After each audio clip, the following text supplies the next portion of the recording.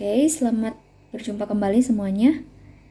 Pada hari ini kita akan melanjutkan mata kuliah kita pengantar manajemen dan bisnis untuk yang pertemuan kedua yang sebenarnya dilaksanakan pada hari Kamis yang lalu, namun saya berhalangan untuk hadir secara langsung, jadi materinya saya sampaikan lewat video. Untuk PPT-nya atau PDF-nya sendiri sudah saya upload di folder di Teams, jadi silahkan boleh dicek dan di-download di situ. Kita langsung saja. Seperti yang sudah saya jelaskan di RPS-nya pada pertemuan pertama kita, mata kuliahnya ini kita bagi dua karena kan judulnya pengantar manajemen dan bisnis. Untuk yang paruh pertama itu pengantar manajemen, jadi akan berfokus di manajemen, sedangkan yang paruh keduanya itu baru yang akan kita masuk ke yang bagian bisnisnya. Oke. Nah, ini pertanyaannya. Manajemen itu art or science? Manajemen itu apakah sebuah seni atau sebuah ilmu? Art or science, menurut kalian? Silahkan dijawab masing-masing. Kalau mau kasih pendapat juga di kolom komentar, silahkan. Jadi di pause dulu videonya dan silahkan boleh kasih pendapat di kolom komentar. Oke? What do you think? Management, is it an art or a science? Nah, kita lanjutkan. Jadi sebenarnya manajemen itu an art or a science sih? Di sini kalau kita lihat di gambar yang ada di sebelah kiri, dijelaskan bagaimana manajemen itu merupakan sebuah seni dan bagaimana manajemen itu juga merupakan sebuah science. Kita lihat di gambarnya itu yang sisi kiri dulu ya. How management is an art. Managing is the art of arts because it organizes and uses human talent. Seperti ada contoh-contohnya di situ. Ada practical knowledge, ada personal skill, creativity, perfection through practice, goal-oriented. Sedangkan bagaimana manajemen itu sebuah science atau sebuah ilmu? Karena manajemen follows a systematic method to find possible solution for a problem. Jadi ada konsep, membangun konsep, terus ada methods dan principle, dikerjakan atau dilakukan berdasarkan teori-teori, terus organize knowledge dan praktisnya. Jadi pada intinya di sini, kenapa manajemen itu sebuah science? Karena memang pelaksanaan kegiatan memanage, mengatur ini tidak dilakukan secara sembarangan gitu. Ya, saya suka mengatur aja, saya suka memanage sesuatu. Itu ada ilmu-ilmunya, ada dasar-dasarnya. Bagaimana kalian bisa memanage waktu misalnya, bagaimana kalian bisa memanage orang lain dalam organisasi, atau mungkin lebih kecil lagi, bagaimana sebagai koordinator mata kuliah bisa memanage teman-temannya untuk bisa mengumpulkan tugas dengan tepat waktu. Atau bahkan lebih ke diri sendiri, bagaimana saya bisa memanage waktu saya. Saya mau kuliah, saya mau melakukan pekerjaan sambilan mungkin, atau saya mau membantu orang tua dan lain sebagainya. Jadi itu ada ilmu-ilmunya, ada metodenya seperti apa. Dan tentunya ada konsep besarnya di situ. Jadi ada metode, ada prinsip manajemennya, teori-teori yang bisa diterapkan di situ, terus knowledge, pengetahuan yang terorganisir, dan tentu saja ada prakteknya. Terus kenapa? Berarti dia semestinya lebih ke science dong. Kenapa harus dibilang art lagi? Kenapa manajemen mau dibilang adalah sebuah seni? Emangnya ada seni manajemen? Ya karena namanya manajemen itu artinya dia memanage orang. Ada orang di dalam suatu kegiatan manajemen itu. Ada people di situ. Dan people itu tidak bisa diatur seperti sebuah mesin atau sebuah komputer saja. Bahkan sebuah komputer pun butuh suatu kreativitas ya. Nah, jadi dia bukan sebuah mesin yang bisa diatur. Oke, ini dia akan memproduksi berapa produk dalam sehari. nanti pembuangannya, limbah-limbahnya itu dikumpulkan di sini dan lain sebagainya. Ya, jadi ada pendekatan secara interpersonal gitu di sini yang harus dipraktekkan oleh orang yang melakukan kegiatan manajemen. Personal skillnya, bagaimana dia memiliki atau bisa mengatur dirinya sendiri, bahkan juga orang lain. Terus kreativitas tentunya. Butuh kreativitas untuk bisa melakukan kegiatan memanage ini. Nanti kalau kamu nggak kreatif, nanti kamu hanya akan mengikuti teori-teori doang dong gitu. Padahal kan zaman semakin berkembang, ya toh, zaman semakin berkembang, mungkin saja belum ditulis buku yang sudah semaju perkembangan zaman ini gitu. Masih mungkin dalam penelitian-penelitian terbaru, tapi kamu belum sempat baca atau mungkin belum terpublikasikan. Makanya butuh kreativitas untuk melihat masalah, melihat peluang, melihat juga orang-orang yang ada di dalam kegiatan yang kamu manage itu.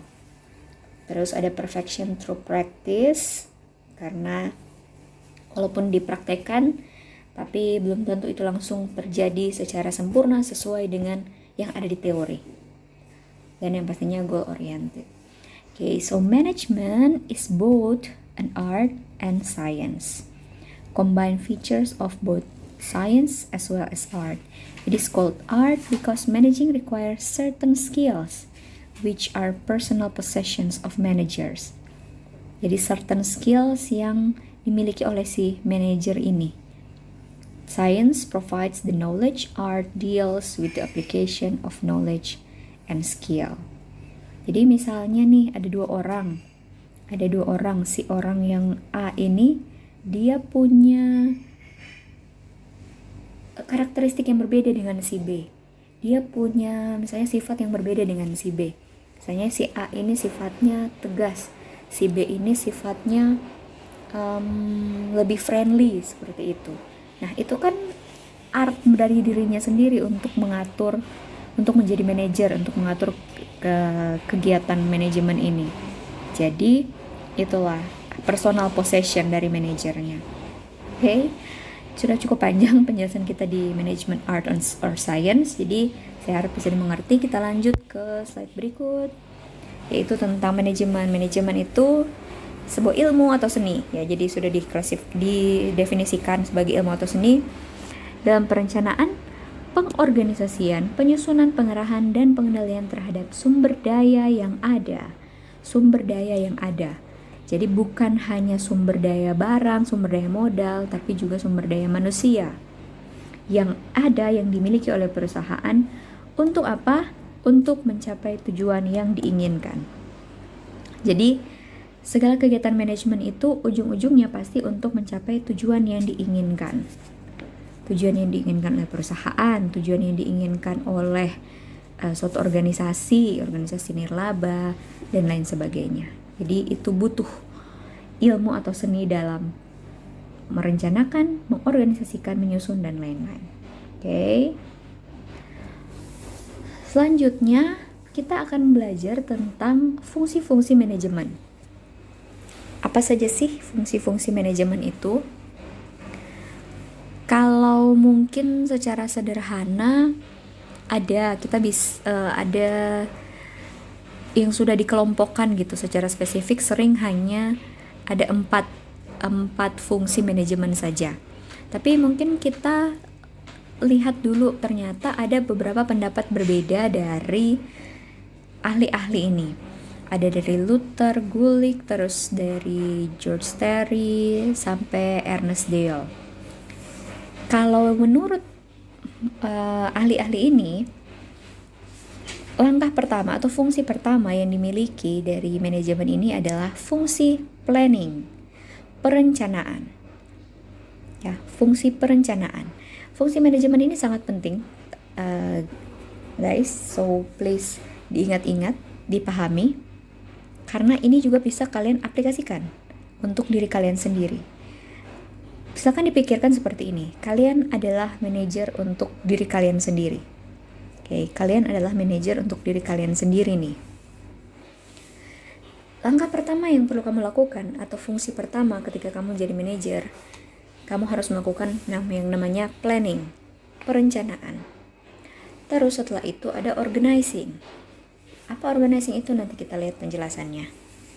Setelah organizing, ini sudah mulai ada yang berbeda-beda gitu pendapat-pendapatnya. Ada yang pertama staffing, terus ada juga yang actuating kalau menurut George Terry. Ada yang menurut Stoner ini leading, terus directing ya. Setelah itu dari staffing menurut Gulick ada directing, terus ada coordinating, innovating, reporting, dan yang terakhir itu sama-sama semuanya controlling. Nah, mungkin kita lihat yang spesifik saja. Tadi kan nanti bingung nih, ada apa aja sih fungsi manajemen kalau berdasarkan dari gambar yang kita lihat ini kan kayak ada banyak sekali yang nomor 3-nya itu. Entah dia mau staffing, terus directing, coordinating, reporting, dan lain-lain. Secara sederhana ditempatkan seperti ini. Kalau nomor 1 dan nomor 2 dan nomor 4 itu sudah paten gitu ya. Planning, terus organizing, terus leading, terus terakhir controlling. Kenapa dipilih leading? Nanti kita lihat di sini. Jadi kalau planning, tentu yang pertama perencanaan, ya penentuan serangkaian tindakan untuk mencapai suatu hasil yang diinginkan atau tujuan yang diinginkan. Planning, kamu mau melakukan apa ke depannya? Misalnya sebagai manajer untuk diri sendiri ya. Kalian manajer untuk diri sendiri nih. Apa yang pengen kamu lakukan ke depan? Tujuan apa yang pengen kamu capai? Coba silakan dipikirkan, mulai di planning gitu. Saya misalnya pengen misalnya ya, dapat nilai A kayak di mata kuliah ini gitu, mata kuliah sesuatu ya. Langkah-langkah yang akan kamu lakukan apa aja gitu. Atau mungkin kegiatan-kegiatan yang lain, mungkin kamu pengen ikut PKM, pengen lolos PKM sampai di PIMNAS, seperti itu.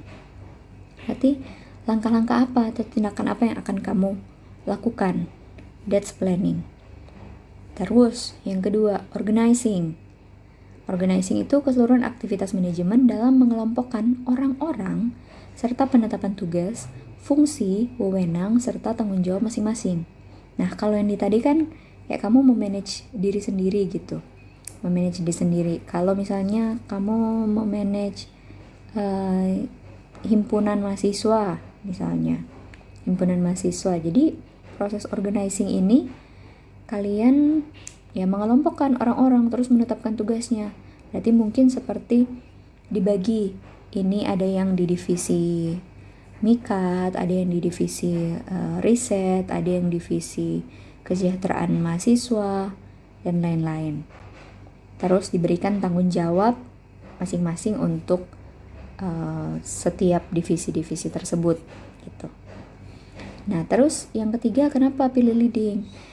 Kita coba pahami leading itu apa sih?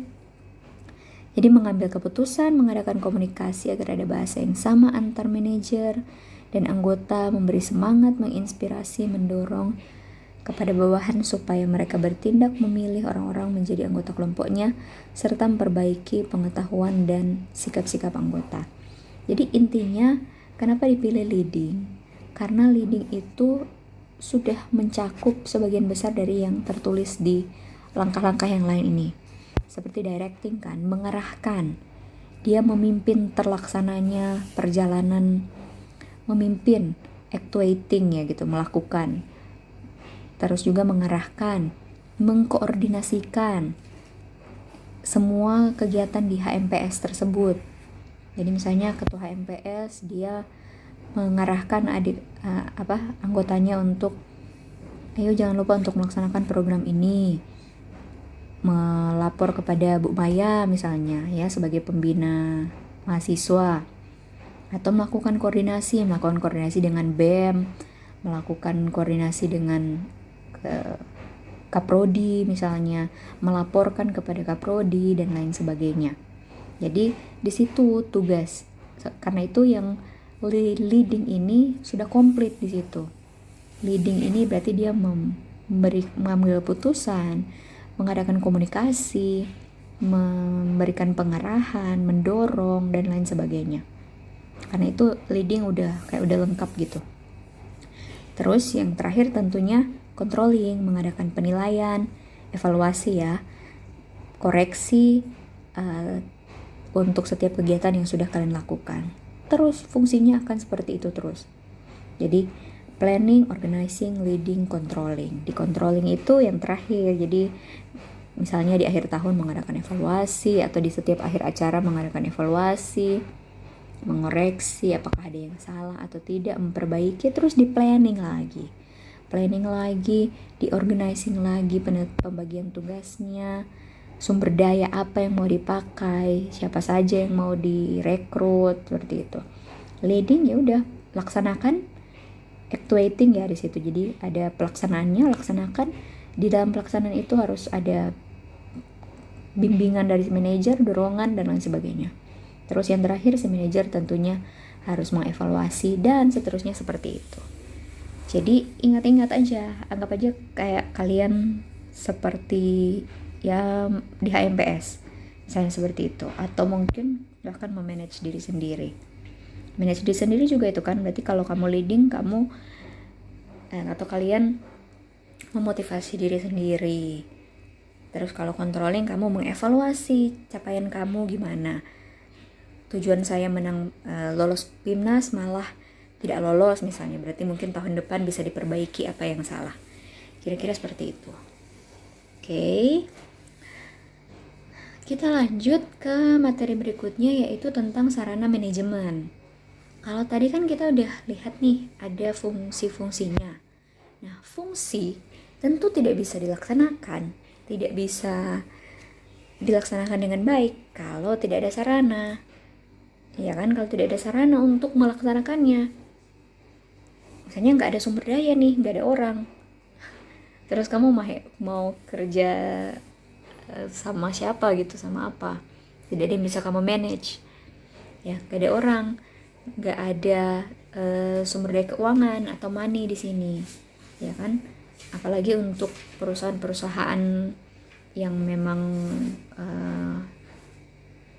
memproduksi sesuatu atau memang mencari laba, yang tujuannya memang mencari laba seperti itu. Bahkan untuk perusahaan nirlaba pun tetap membutuhkan uang itu untuk melakukan setiap aktivitasnya. Terus tentunya ada materialnya. Ya, kalau mungkin di perusahaan manufaktur, materialnya ya bahan jadi, bahan setengah jadi, mesin. Terus ada metode, cara kerjanya seperti apa. Market, ya, market berarti pasarnya gimana, konsumen kita siapa gitu. Oke, jadi itu sarana manajemen. Nah, terus di sini ada prinsip-prinsip manajemen. Prinsip-prinsip manajemen yang harus kalian pegang dan ingat gitu. Ada 14 di sini, ada cukup banyak. Jadi ada pembagian kerja. Masih ingat kan yang fungsi tadi? Di fungsi tadi yang bagian apa? Organizing. Di bagian organizing itu ada pembagian kerja di situ. Maka harus dilakukan pembagian kerja. Lah, kenapa harus dilakukan pembagian kerja? Karena nggak mungkin seorang manajer melakukan semuanya sendiri. Nggak mungkin satu orang bisa melakukan semua pekerjaan secara mandiri gitu, sendiri. Apalagi misalnya pekerjaan yang besar yang butuh tenaga sumber daya yang banyak. Karena itu ada pembagian kerja, division of work. Terus ada juga wewenang dan tanggung jawab. Disiplin pastinya mengerjakan prinsip manajemen ya, dalam melakukan manajemen harus disiplin. Jangan sampai dikasih maksudnya bukan jangan sampai dikasih kelonggaran harus tegas dan lain-lain seperti apa. Memang harus disiplin, tegas. Tapi tentunya kalau ada permasalahan, dilihat situasinya dan diambil keputusan yang tepat saat itu, tapi tetap harus disiplin, misalnya disiplin waktu, disiplin juga dalam organisasinya, disiplin dalam administrasinya. Jadi seperti itu, tetap harus disiplin. Kesatuan perintah, unity of command. Unity of command artinya si manajer ya harus menjadi kepala untuk melakukan, menjadi pemimpinnya gitu ya kan, untuk menentukan si orang A ini atau divisi A ini harus mengerjakan seperti apa. Jadi jangan sampai terus ada yang lain masih di bagian pimpinannya juga berkata yang lain, seperti itu. Mengutamakan kepentingan organisasi tentunya di atas kepentingan sendiri. Pembayaran upah yang adil, tentu pemusatan, centralization kayak tadi ya, jadi manajernya ini jadi kepalanya, berarti orang-orangnya ya mendengarkan apa yang diarahkan oleh si manajer ini. Hierarki berarti kan ada di situ kayak top manajemennya, terus middle level manajemennya, itu punya ada hierarkinya. Tata tertib harus diikuti, keadilan, stabilitas kondisi karyawan, harus ada inisiatif juga dan semangat kesatuan. Kita sudah mempelajari dengan prinsip-prinsip manajemen. Nah, kemudian dari tadi kan saya sudah menyebut nih, kalian sebagai manajer gitu. Jadi manajer adalah orang yang bertanggung jawab untuk mengarahkan usaha yang bertujuan membantu organisasi dalam mencapai sasarannya. Jadi kalian sebagai manajer ya yang melakukan kegiatan manajemen itu. Fungsinya ada apa saja? Tentunya dia harus memahami visi dan misi perusahaan dong. Kalau kepalanya saja nggak ngerti, bagaimana dia mau mengarahkan anak buahnya ini, mengarahkan anggotanya untuk mencapai tujuan tertentu? Karena kalau dia tidak paham, bisa jadi pengarahannya itu malah melenceng ke tujuan yang lain, ya kan? Melenceng dari visi dan misi perusahaan. Nah, itu masuk juga sama nomor 2, harus menjabarkan kepada tujuan. Terus merumuskan tindakan, seperti tadi ya, membuat planning. Terus melakukan usaha untuk menyediakan resources, organizing juga yang tadi. Memimpin pelaksanaan rencana agar para pegawai dapat bekerja dengan motivasi tinggi. Fungsi yang ketiga apa? Leading. Dan yang keenam itu ada mengendalikan pelaksanaan, mengendalikan ya kan, controlling. Jadi fungsi manajer pada intinya dia melakukan fungsi-fungsi manajemen yang tadi yang sudah kita bahas. Jadi kalau kalian mau cari-cari ingat, gampang kok ini. Nomor 1, 2 itu tentang visi misi, terus yang nomor 3 sampai 6 itu ya ingat aja yang fungsi manajemen tadi. Planning, organizing, leading, controlling. POLC. Terus nomor 7, bersiap menghadapi kontingensi. Artinya ada kontingensi plan gitu. Kalau ada hal-hal yang di luar perkiraan, maka manajemen itu harus punya plan B, plan C, plan D, dan lain sebagainya.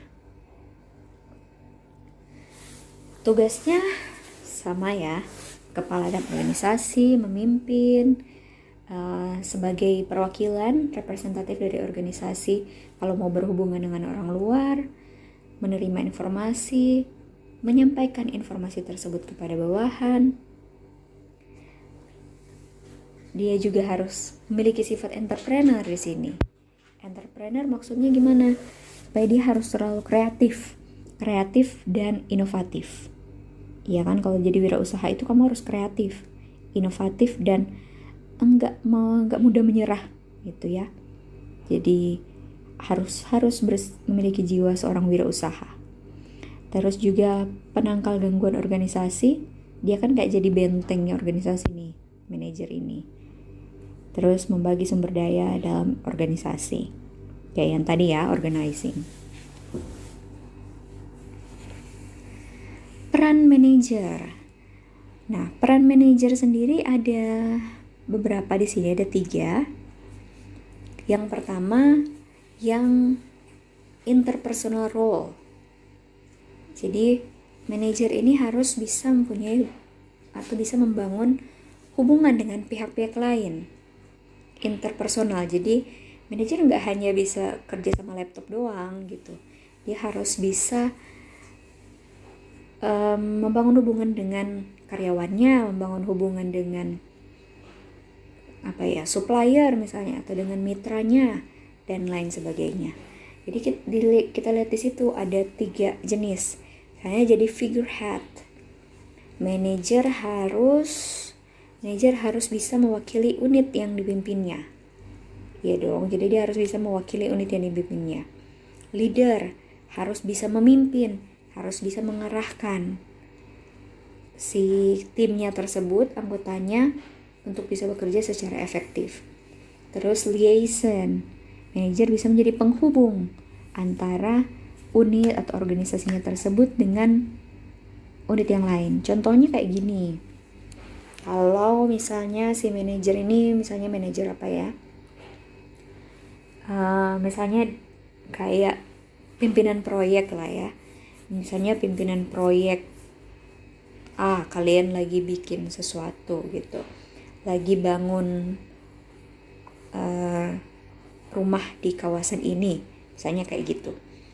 Terus si manajer ini kan harus bekerja sama juga misalnya dengan bagian keuangannya atau dengan bagian-bagian yang lain gitu. Jadi si pimpinan proyek ini dia harus bisa mewakili unit yang dipimpinnya.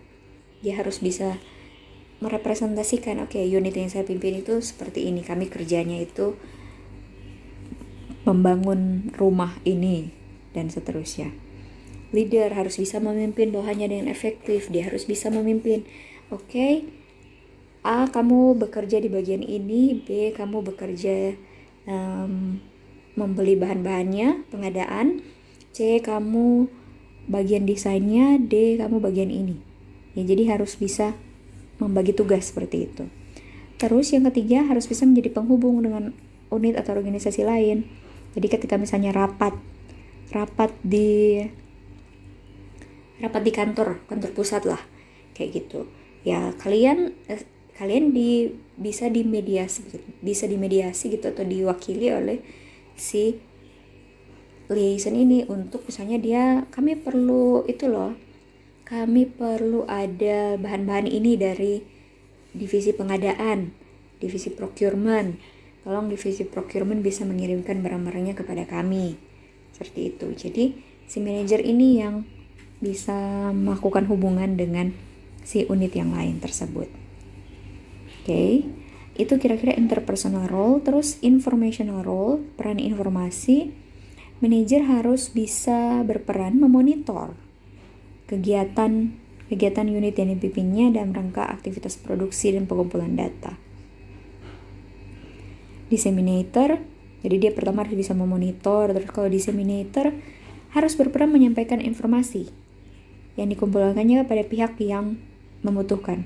Kalau informasi misalnya dari unit yang dipimpinnya itu kayak tadi ya, kita butuh tambahan procurement untuk barang-barang ini, semen, batu bata, apalagi tehel, pasir, besi, dan lain sebagainya.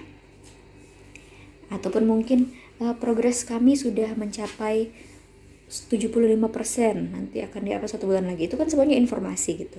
Nanti informasi tersebut akan disampaikan kepada pimpinan. Misalnya seperti itu. Terus misalnya kebalikannya, dari pimpinan itu punya informasi. Kita tidak boleh lagi menggunakan desain yang seperti ini, kita pakai desain yang baru.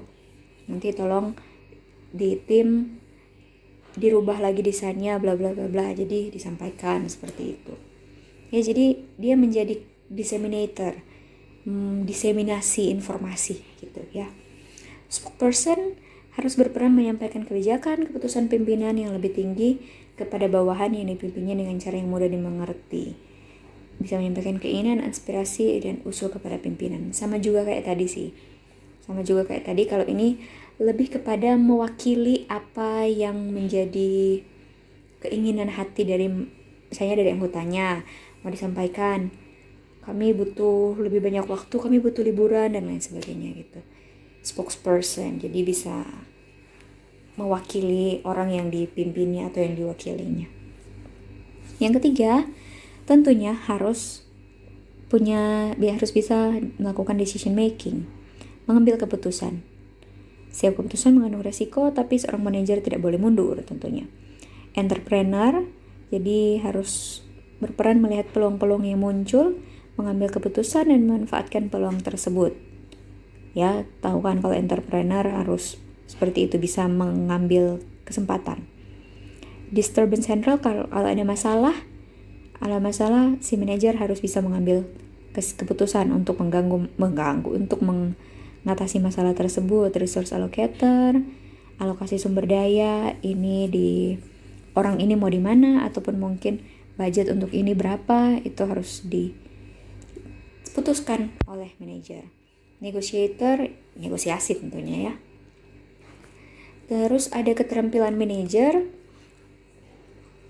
Nah, keterampilan manajer ini pada umumnya ada 3. Konseptual, interpersonal, sama technical skill. Jadi skill-skill yang berbeda. Konseptual, interpersonal, technical. Karena itu kan tadi dibilang manajemen itu is an art. Karena dia harus punya konseptual skill memang bisa dipelajari, tapi harus juga membutuhkan kreativitas. Interpersonal skill, bagaimana hubungannya dengan orang lain, seperti yang terus di situ ya. Bagaimana dia membangun hubungan dengan orang lain kalau nggak punya jiwa seni ya. Kalau saya kayak orang-orang yang nggak bisa nyanyi atau main musik, bukan berarti dia nggak punya art gitu, tapi maksudnya di sini dia membangun hubungan dengan sesama manusia gitu, bukan hanya bekerja dengan kertas, dengan mesin dan lain-lain. Jadi kalau conceptual skill itu biasanya dimiliki oleh manajer tingkat atas, top management level. Keterampilan untuk membuat konsep, ide, dan gagasan. Kalau interpersonal skill itu perlu dilengkapi dengan keterampilan komunikasi, berhubungan dengan orang lain. Terus keterampilan mekanis untuk menjalankan suatu pekerjaan tertentu yang memang sangat teknis, kayak gitu ya, technical skill. Dia bisa melakukan, bisa membuat bisnis plan, bisa mengerjakan pekerjaan sesuatu, membuat kursi, perbaiki mesin, akuntansi dan lain-lain. Jadi itu keterampilan manajer, konsep, interpersonal, sama technical.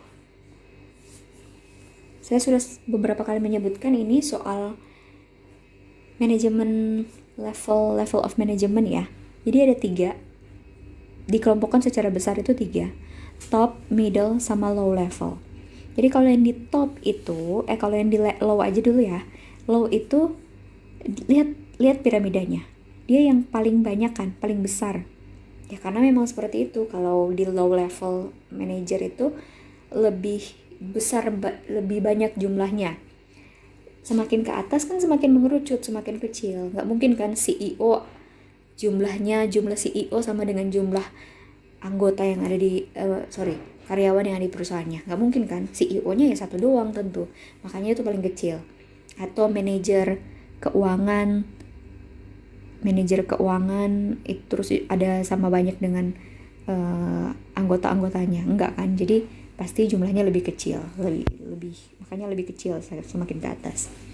Kalau yang low level itu ya kayak supervisor, foreman, clerk, junior manager dan lain sebagainya. Kalau middle manager, marketing manager, purchase head, sales manager, operation manager. Ini kalau yang di middle management ini dia berdasarkan fungsi gitu, berdasarkan fungsi yang dimiliki fungsi yang dimiliki oleh organisasi itu.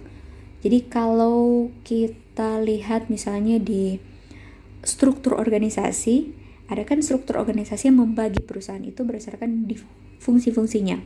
Jadi ada fungsi kayak marketing manager, fungsi sales, fungsi keuangan, fungsi akuntansi, fungsi pembelian, fungsi pengadaan, fungsi human resource. Nah itu biasanya middle manager adalah yang mengepalai fungsi-fungsi tersebut.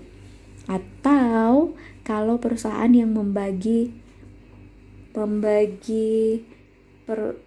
perusahaannya itu berdasarkan divisi-divisi produk misalnya ya, kayak divisi produk mie instan, divisi produk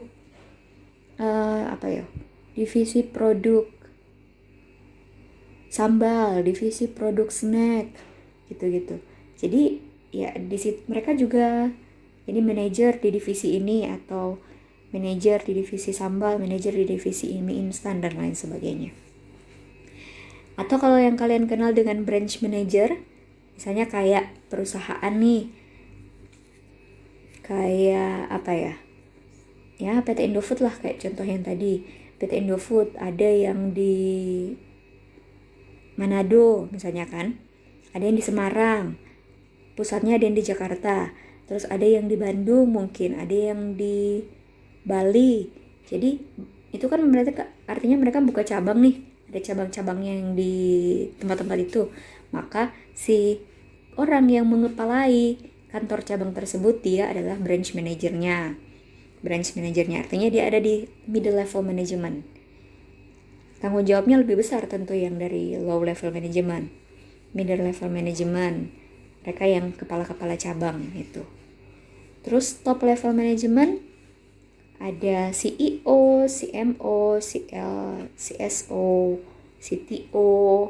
Mungkin pernah nonton startup tuh, yang si Sodalmi kan CEO-nya.